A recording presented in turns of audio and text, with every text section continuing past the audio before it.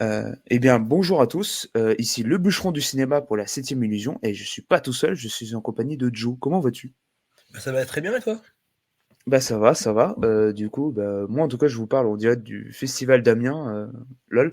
Non, bref, on va faire une petite interruption pour vous parler du coup du nouveau film de Mathieu Turi qui normalement où la vidéo sera disponible en salle, donc ce 15 novembre. Et, et pour vous faire un bref résumé du film avant de vous donner notre avis. Donc, on est en 1956 dans le nord de la France. Une bande de mineurs de fond est chargée de conduire un scientifique à 1000 mètres sous terre afin que ce dernier puisse faire des prélèvements. Cependant, un éboulement a eu lieu et les a empêchés de remonter. Coincés dans les profondeurs, ils découvrent une crypte d'un autre temps et réveillent, sans le savoir, une créature légendaire assoiffée de sang. Et ben, en soi, je vais du coup te demander, toi, qu'est-ce que tu en as pensé du film, de ce nouveau cru de Mathieu Turi qui revient après Méandre, du coup. Eh ben, après un méandre que j'avais beaucoup aimé, Mathieu Turi revient avec un film qui avait l'air assez important pour l'histoire française parce qu'on traite assez peu les mines. Et quelle n'est pas ma surprise de voir qu'avec Gueule Noire, il atteint les sommets vraiment inconditionnels du cinéma d'horreur en rejoignant Latour et Arthur Malédiction parmi ce qu'on a fait de plus drôle en France. Parce Ah que oui. absolument rien ne va dans ce film, qui est potentiellement ce qui va signer le retour des nanars de Vidéoclub. Ah ouais, à ce point-là? À ce point où, du jour où on parle, j'ai vu le film il y a peut-être un mois et demi ou 2 mois, Mhm. et j'ai beaucoup plus ri que flippé. Ah, j'avoue que bah, en soi, moi j'ai pas. En vrai, je vais du coup donner mon avis rapide. En soi, j'ai pas détesté le film. Bah, j'attendais, comme toi, ce nouveau film après un méandre qui était très intéressant sur le cloisonnement et l'isolement. Et là, en fait, je pense que en fait, il a eu les yeux plus gros que le ventre, si je peux me permettre cette expression. Parce que en soi, il revient avec un projet beaucoup plus ambitieux, se déroulant du coup dans le nord de la France, pendant bah, les mines, l'exploitation minière en France. Et, euh, et c'est un sujet assez important au niveau de la France. Et Mathieu Turi, un cinéaste de genre, veut s'en emparer pour en faire un film à la frontière de Lovecraft. Et je pense qu'en fait, il réussit l'exploitation en fait de cette mine Lovecraftienne, mais qu'il échoue à développer tout ce qui est de l'ordre du bord politique en ce qui concerne l'exploitation minière en France, avec un groupe un peu caricatural en fait de slasher des années 80, vraiment avec des traits ultra grossiers et et en fait des fois oui il y a des scènes qui vont vraiment fait plus rire que flipper, mais je trouve quand même qu'il y a un charme plastique dans le film, notamment la créature, ou même la manière dont il filme les mines. Il essaye d'avoir en fait cette caméra portée, un peu un cliché, mais en soi de vraiment creuser au fin fond de ces cavernes-là.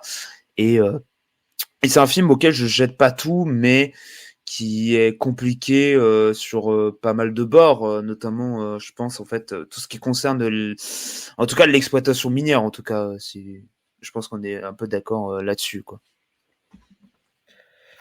On va être d'accord sur. Tu me parles d'un problème politique.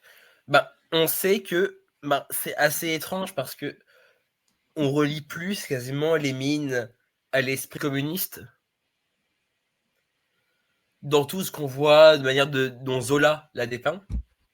Là, Mhm. vraiment, il nous le dépeint comme un groupe d'extrême droite. Donc c'est un peu radicalement l'inverse. Vraiment, on va voir un. J'ai oublié son nom, merci de me le rappeler maintenant.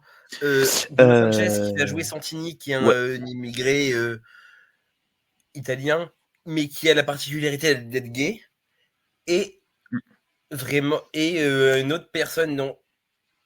Et vraiment Amir, du coup, qui est joué par Roland Amir El-Kassem, qui est cet immigré maghrébin. Mhm.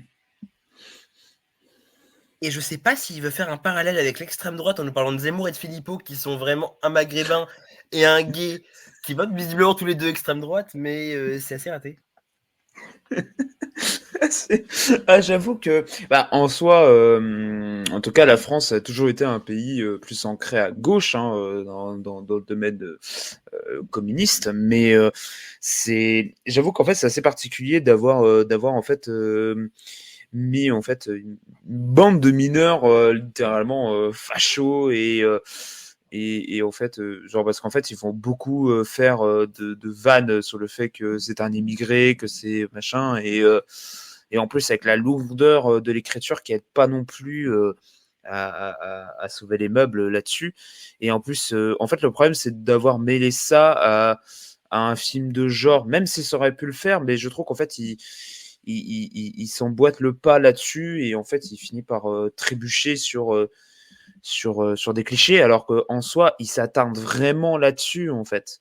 Genre, ça dure quand même une grosse partie du film avant qu'il y ait les attaques dans les mines en dehors de la scène d'introduction que pour le coup je trouve assez.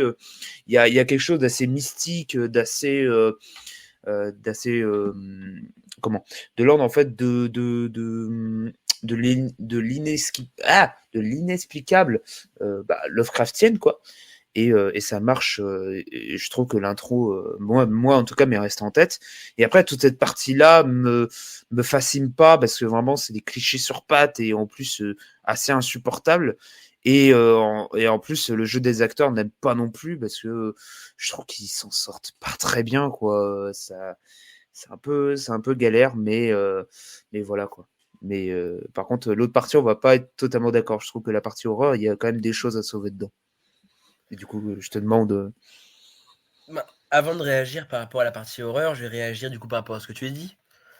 Il est vrai que le nord de la France a historiquement toujours été communiste, la plupart du temps. Mm. Et de voir ici des mineurs prêts à sucer leur patron, c'est bien la première fois qu'on voit ça dans le cinéma qui parle des mines. Les personnages sont, on l'a dit, l'écriture est extrêmement lourde. L'écriture est extrêmement lourde. Vraiment, je vais retenir une vanne du film. Qui est même pas une vanne, tellement elle est honteusement écrite, mais qui est potentiellement le dialogue qui m'a fait le plus rire de l'année, qui est un arabe qui refuse de voler. C'est bien la première fois qu'on verra ça ici. Ah, j'avoue que c'est compliqué, hein, digne de tonton Gérard au repas de famille, quoi. Et, oui, et les 5 premières minutes du film, qui toi te resteront en tête, moi me rappellent vraiment surtout le climax d'Arthur Malédiction. Oh non, oh, je te trouve méchant là-dessus. Ah Non, je si. trouve que vraiment, Ah mais il y c'est, a quelque on met les chose. deux séquences au même moment, c'est exactement la même chose.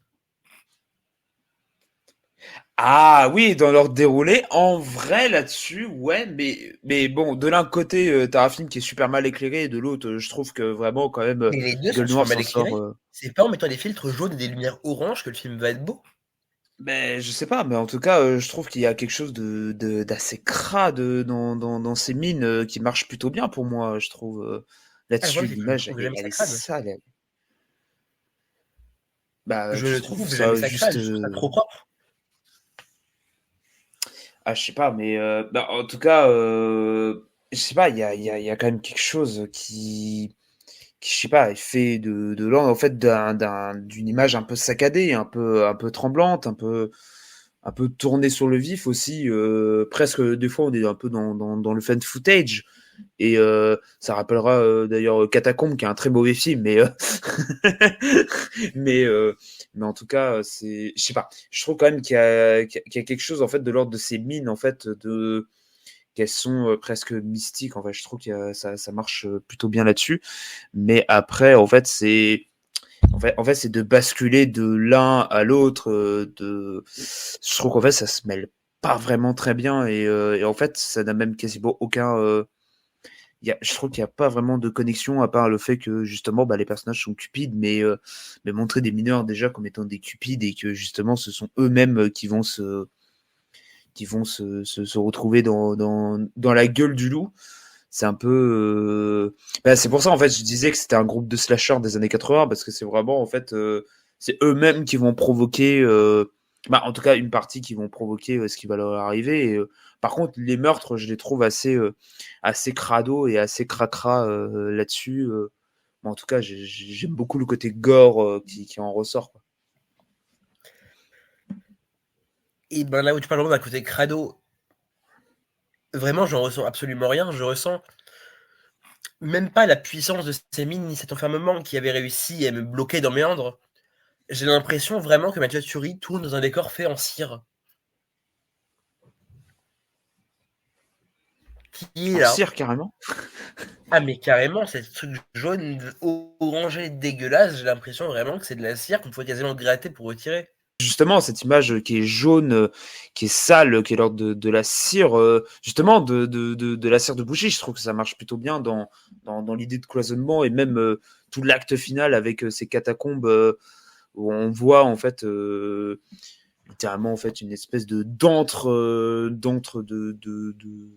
du mal Lovecraftienne. Il y a quelque chose en fait qui marche assez bien, même si du coup en fait la créature. Par contre, un truc que je trouve qu'il n'arrive pas très bien à faire par rapport à Méandre et son tunnel rempli de pièges, c'est que en fait là où il arrivait à créer en fait une espèce de fil qu'il arrivait à étirer sur qu'est-ce qu'il y a y avoir comme piège, la créature, je trouve qu'en fait il sait jamais où la positionner et ça aide pas en fait avec des fois en fait un éclairage qui est soit trop sombre ou soit par contre trop lumineux, même surtout trop sombre en fait, et en fait montrer la créature plein face, je trouve que ça aide pas non plus parce que là en fait où il arrive à en faire des cavernes de Lovecraftiennes, de quelque chose en fait qui est caché, qui est toujours tapis et qui en fait presque de l'ordre de l'indescriptible, de toujours quelque chose qui est tapis dans l'ombre.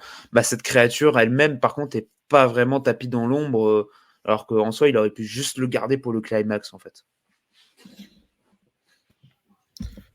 D'un côté, je vais être d'accord, de l'autre, pas du tout. Parce que oui, effectivement, sur Méandre, je suis d'accord avec tout ce que tu dis. Mais le plus gros problème qu'il a de cette créature, qui ne s'est effectivement jamais positionnée, c'est que Mathieu Turi s'inspire énormément du jeu vidéo pour Gueule Noire, et ça ne marche absolument pas. Parce que j'ai vraiment l'impression d'arriver dans un jeu vidéo à niveau où il y a un monstre qui est on ne sait pas où et qui va jaillir de manière absolument aléatoire.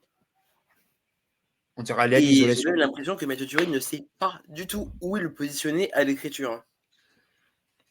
J'avoue qu'en fait, elle surgit déjà assez tard dans le récit et en plus, en fait, il sait pas vraiment comment l'incorporer correctement, juste en développant une espèce de mythologie un peu bizarre où en fait ils doivent traduire des codes et des machins. C'est un peu bizarre en fait, comme si en fait ils forçaient un peu le tout, alors que l'introduction pour moi gardait un espèce de mysticisme et une créature qui est restée tapie dans un espèce de trou, et là ça marchait beaucoup mieux que là, espèce de lore un peu bizarre. Aussi, ouais, il développait un lore de jeu vidéo, quoi, c'est un peu bizarre. Mais il Mais avait dit que c'était une même, de ses influences en fait, en plus. bien sûr que le jeu vidéo est une de ses influences, ça saute aux yeux depuis Hostile, mais effectivement, tout ce qui est de la mythologie, il le prend à Lovecraft parce que c'est Cthulhu, ce monstre. C'est ça. Mais il veut tellement aller dans l'exagération qui est propre à ce médium qu'est le jeu vidéo, qui nous vend un monstre qu'il faut récupérer en 8 parties pour invoquer un Cthulhu géant. Perso, j'appelle ça Exodial Maudit ou un Pokémon, mais ce n'est pas Cthulhu.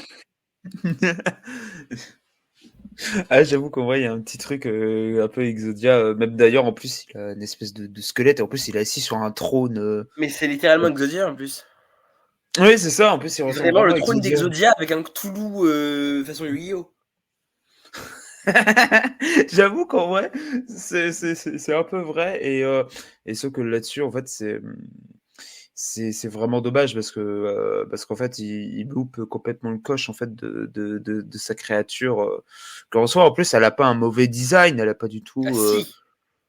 Ah non, je trouve il y a quelque chose d'assez d'assez effrayant en fait dans sa créature. Pourquoi t'aurais voulu qu'elle soit comment Ah mais sa carrément créature, ça fait, informe? court-métrage étudiant, ça ne fait pas film, ça fait court-métrage étudiant ou ça fait costume de fantôme avec un drap sur ta tête, voilà quoi. C'est cheap au possible et ça se voit et c'est tellement cheap que c'est tellement mal éclairé que vraiment on voit que c'est un truc fait en carton-pâte quoi. Ah, c'est vrai que tout l'acte final, il fait vraiment carton-pâte pour le coup. Et Cette espèce puis tu me parles de lumière d'énigmes. rouge sur les murs et tout. Tu sais, les lumières rouges et tout sur Ah mais ça fait carton-pâte l'antre du démon. absolument quoi. Ça fait carton-pâte et lasergifie quoi. Jiffy. Non, mais Sauf que contrairement à Mathieu Thury, Jiffy et les idées de génie. Mais parce qu'on va parler des énigmes à un moment qui ne sont incohérentes au possible à cause d'un twist qui ruine littéralement les 90 premiers pourcents du film.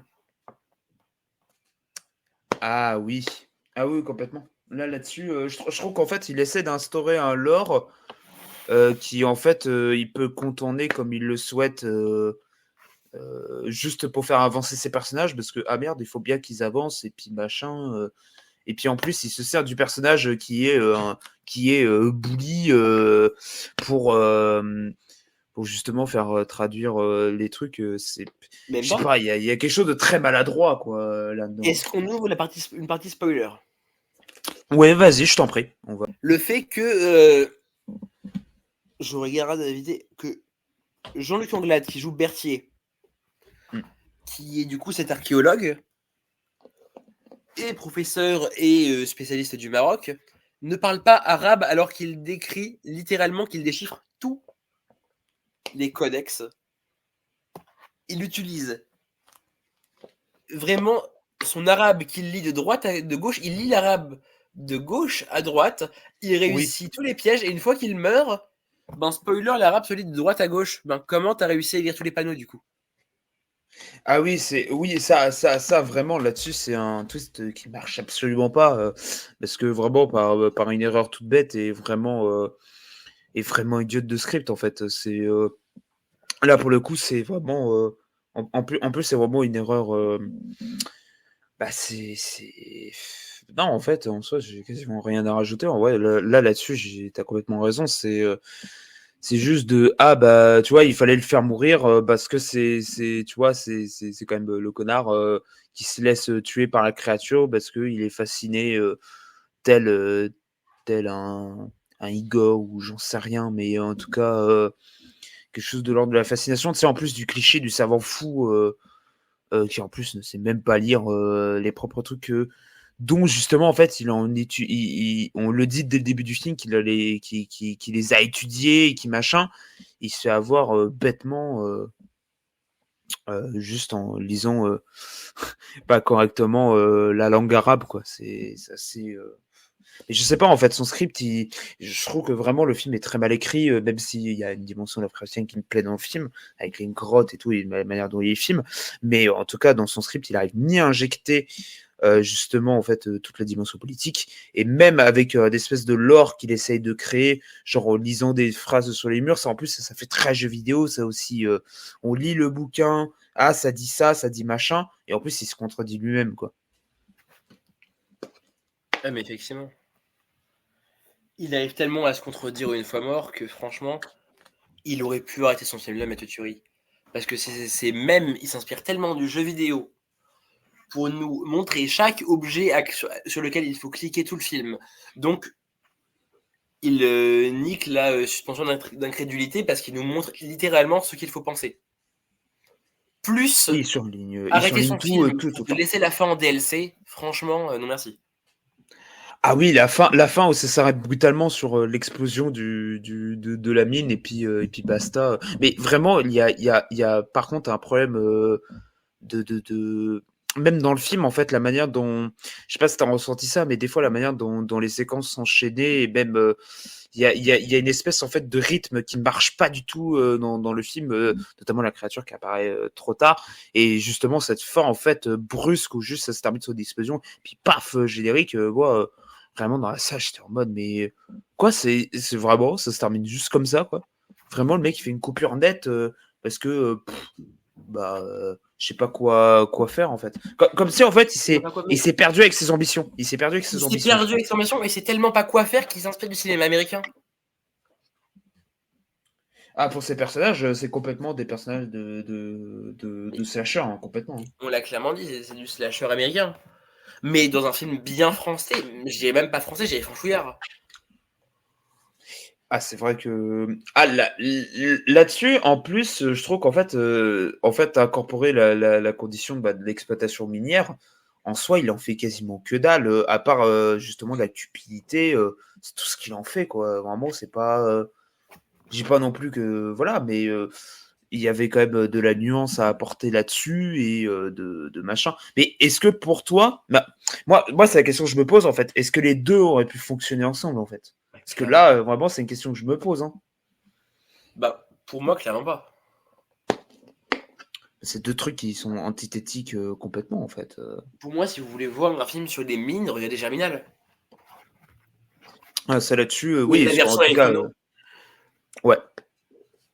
Même si, voilà, mais en tout cas, en matière de représentation de, évidemment, c'est pas, je crois que ce soit un grand film, mais en tout cas, dans la représentation minière, en tout cas, il y a quelque chose de plus palpable et de plus vrai là-dedans, même s'il y a en fait toute une notion, par contre, dans les grottes, une notion des outils qui est assez réelle. Donc en soi, il a fait attention à des petits détails de conception des mines, mais en fait, tout ce qui entoure la charge politique communiste qui est très importante au nord de la France, en fait, ils s'en débarrassent en faisant, ouais, en fait, des gens d'extrême droite. C'est vraiment, c'est un film assez bâtard, quoi.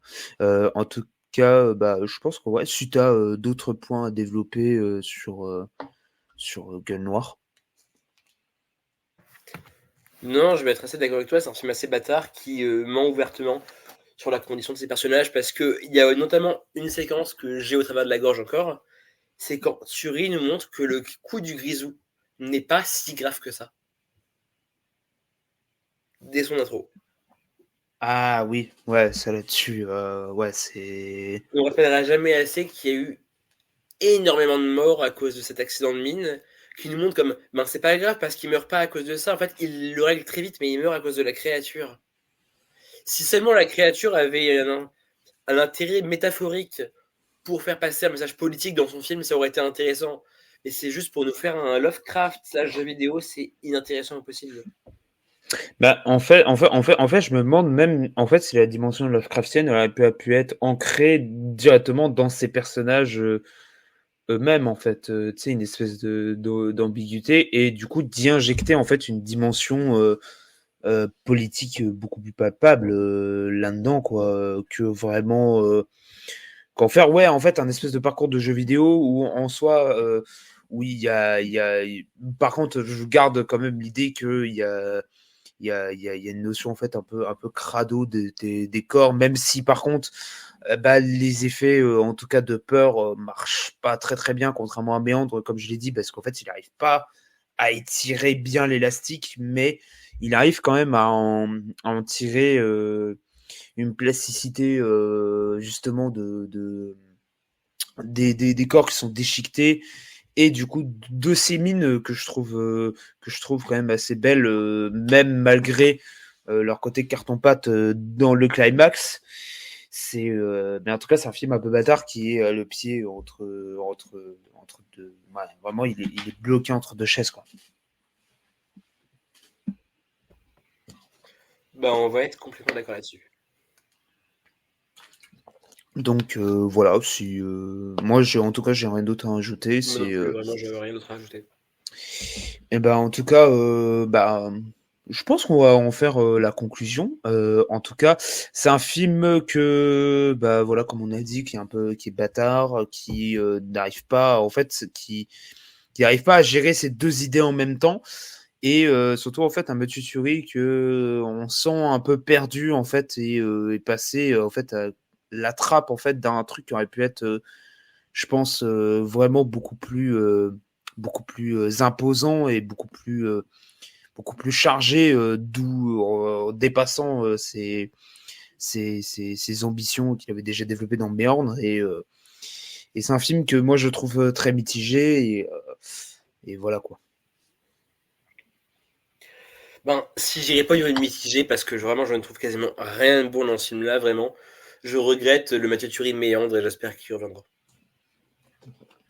J'espère aussi parce que Méandre c'était vraiment un film de genre qui était vraiment qui était très bien maîtrisé dans son huis clos et qui se tenait bien sur son concept tiré de Cube et qui en faisait quelque chose d'assez d'assez diamétralement différent quand même mais que du coup il avait bien réutilisé Cube et d'autres Oui, films mais pas que Cube, hein, pas que Cube Méandre bien était la évidemment. fusion entre Cube et Interstellar. Oui voilà c'est ça il arrivait plus vraiment plus ou moins à en faire quelque chose de différent et là Gueule Noire c'est un film bloqué entre deux chaises quoi. En tout cas on vous invite quand même à vous faire votre propre avis sur le film et en tout cas n'hésitez pas à nous suivre sur les réseaux sociaux, du coup Twitter, Instagram, à lire les articles et, euh, et du coup à vous abonner et toutes ces choses-là. Et on vous dit à la prochaine. À la prochaine.